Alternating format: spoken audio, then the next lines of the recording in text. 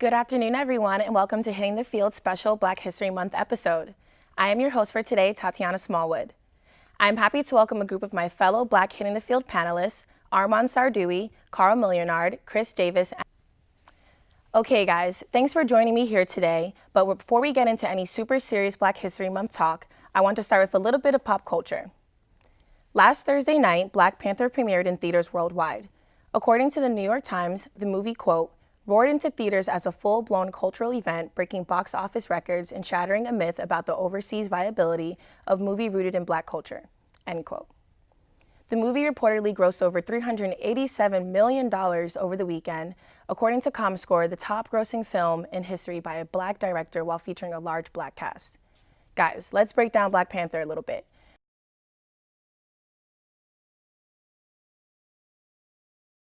One of my favorite athletes, only woman athlete on the Forbes list, so that's definitely something to take notice of, number 51.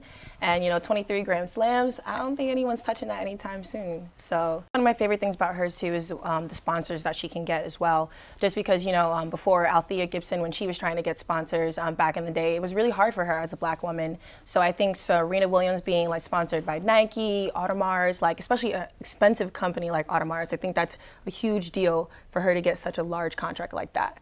And thanks for sticking with us on this Black History Month special episode of Hitting the Field. In this news week, we had a Fox News reporter who responded to an uninterrupted clip with LeBron James and Kevin Durant in which she told the pair to just shut up and dribble. There was obviously a huge amount of racial coding and attempts to belittle possibly the most socially aware athlete of this generation. So I'd love to get your thoughts on what was the importance of athletes speaking out on social issues today in an age like LeBron James and Kaepernick leading the way.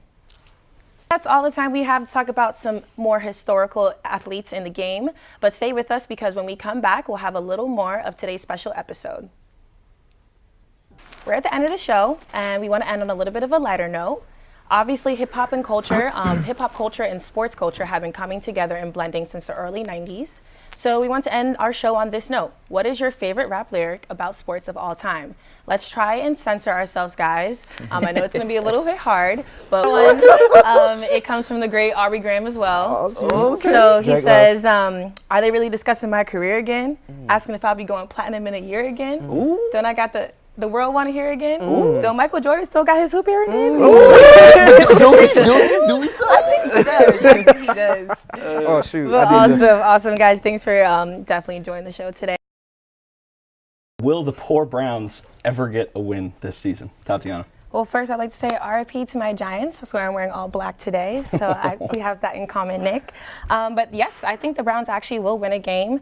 The 4 out of the 7 teams that they play are under 500, one of them being the Bengals. And although the Bengals did dominate against them defensively the last game that they played in week 4, I will say that I think the Browns have a better overall offense. That key game the last week of the season with the Jags and the Titans are probably going to be the determining factor. Absolutely. They're both 6-3.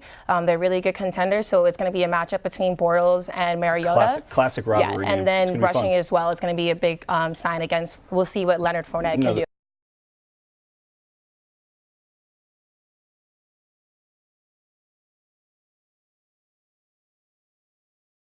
I think it would be great to see because Shaquem works harder than almost every single person that you've seen in this draft so far, and he has a lot to prove.